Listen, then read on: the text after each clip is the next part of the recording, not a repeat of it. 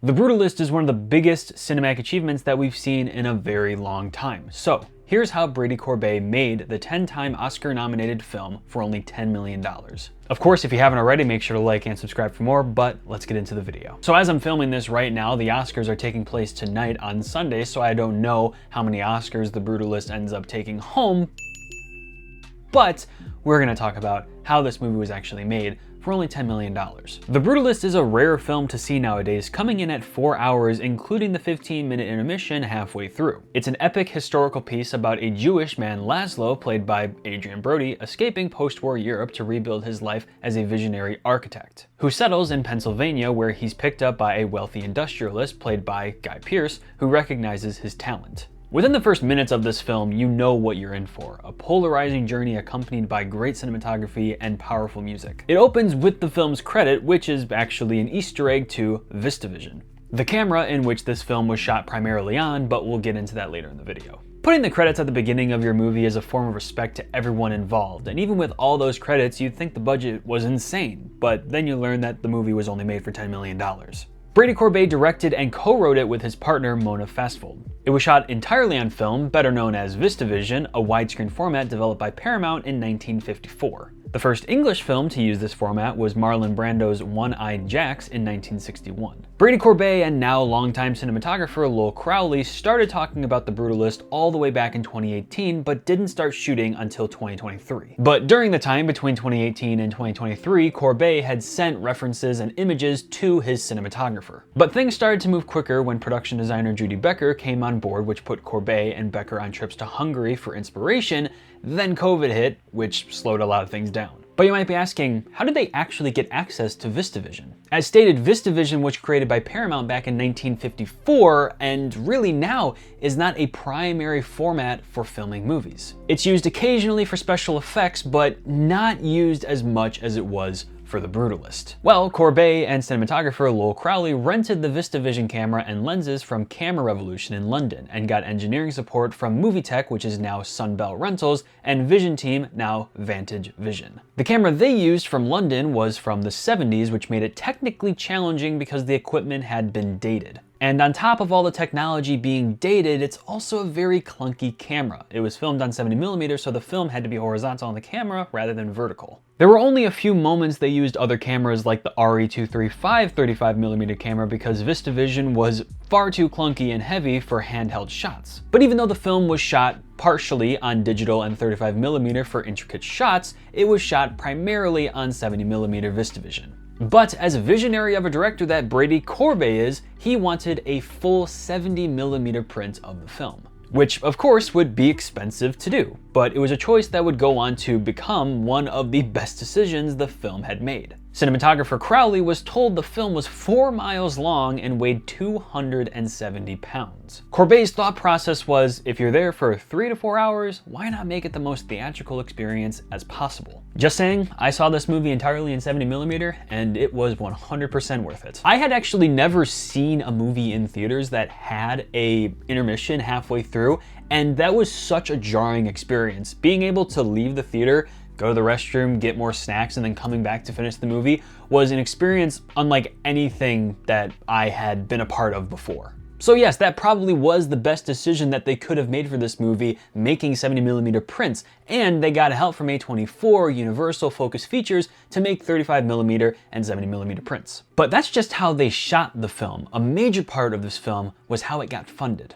So let's talk about the funding. It's recently been stated by Corbet that despite the success of The Brutalist, he and his wife made $0, not only from The Brutalist, but from their last film too. Even though they worked together to piece together funding along with some of their own personal savings to make the movie for around $10 million. And although The Brutalist took only 33 days to shoot, the film really took 7 years to make and several attempts securing funding. For Hollywood standards, $10 million for an epic is really low. To put that into comparison, Ben-Hur from 1959 had a $15 million budget. And although those are two wildly different films, the idea that The Brutalist only had a $10 million budget for the amount of location, set design, costume design, and the amount of cameras that they had to use for this movie, it's an insane feat that this movie only cost $10 million. It's sad in a way to see that Courbet, despite making a monumental film, struggles to pay rent. The only real money he's made recently was by directing 3 advertisements in Portugal. The Brutalist went on to make approximately 14.6 million domestically and 16.6 million internationally, making a total of approximately $31.1 million. But despite making nearly 3 times its budget, Courbet stated that he's not the only high-profile director nominated at this year's Oscars that can't pay rent. Courbet has done a lot of opening up about the idea that he just has not made a single cent from not only this film, but his previous film too that starred Natalie Portman. The biggest issue is that he did a lot of work in promoting this movie, but directors don't get paid for promoting films, which honestly is kind of absurd.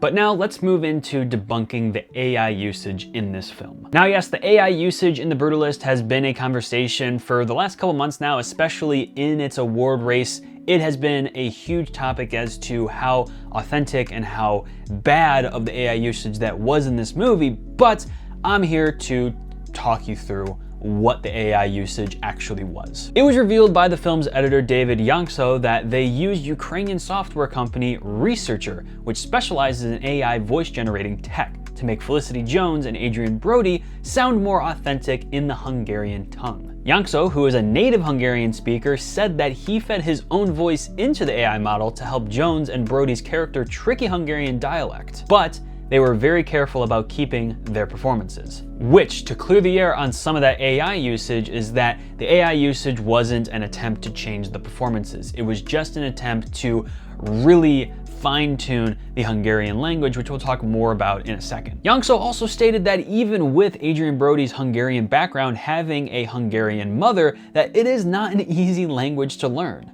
Felicity Jones and Adrien Brody worked very long and hard with dialect coaches to perfect the performance as far as the Hungarian language goes, but they really wanted to perfect the accents so that even locals couldn't tell a difference. Yankso stated that they really just replaced letters here and there. Although I am of the mindset that I think AI should just stay out of films entirely, I think the creative process behind the usage of AI in this movie was very innocent and just a way of trying to make it the most authentic way possible. It's kind of ironic to have the word authentic and AI in the same sentence, but let's talk more about it. So there was actually one more use of AI that I'm a little more weary about. At the end of the film, there are renderings of Laszlo's designed blueprints and completed buildings. According to Redshank News, the article says those were partially AI generated, but director Brady Corbet pushed back against this claim, saying that they hired artists to hand draw the blueprints and buildings. But in the memorial video featured in the background of a shot, the editorial team created pictures intentionally designed to look like poor digital renderings circa 1980. There's a lot to be said about AI usage in films. I'm heavily against it in the sense of it eliminating jobs and diminishing quality and creativeness, and although The Brutalist worked on a smaller budget and the AI usage didn't eliminate any jobs and it was used not to take the easy route but to make things more authentic,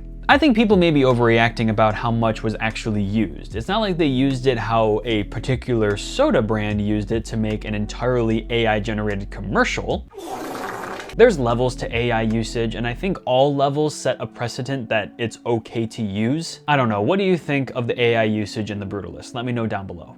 I don't think people really understand just how amazing it is that The Brutalist got made on such a small budget, because yes, $10 million, you guys, is a very small budget, especially for the size of this film. And like I stated, yes, I am heavily against usage of AI in movies, any kinds of AI, to be honest, but when it comes to the context of what they were trying to accomplish in The Brutalist, I don't think it's that big of a deal. I think people are overreacting in the sense that it was taking away jobs or it's taking away creativeness. They really were trying to do their best to work with Adrien Brody and Felicity Jones to get the language of the Hungarian accent perfected, but they really wanted to make it seem seamless to it just being a performance so that locals couldn't even recognize that it was just a performance. I don't think it affects their chances of winning the Oscars. I think their performances are still there. The idea of AI being this thing in films is becoming a lot more normalized, and it's actually in a lot more films than people realize. A lot of films are using them, a lot of movies are using them. So it's a touchy subject. I don't think The Brutalist is one of those movies that really should just be in talks as to like, this, like AI is ruining movies. Like it's just ruining the creative mindset that movies were set out to create. I can make a whole nother video talking about AI usage in movies, but really for this one, I just wanted to talk about how The Brutalist got made. It's incredible how this movie was even constructed. If you haven't already, make sure to like and subscribe for more videos like this, but that brings you to the end of this one. I appreciate every single one of you, but remember, your movie moment is right around the corner. See you in the next video.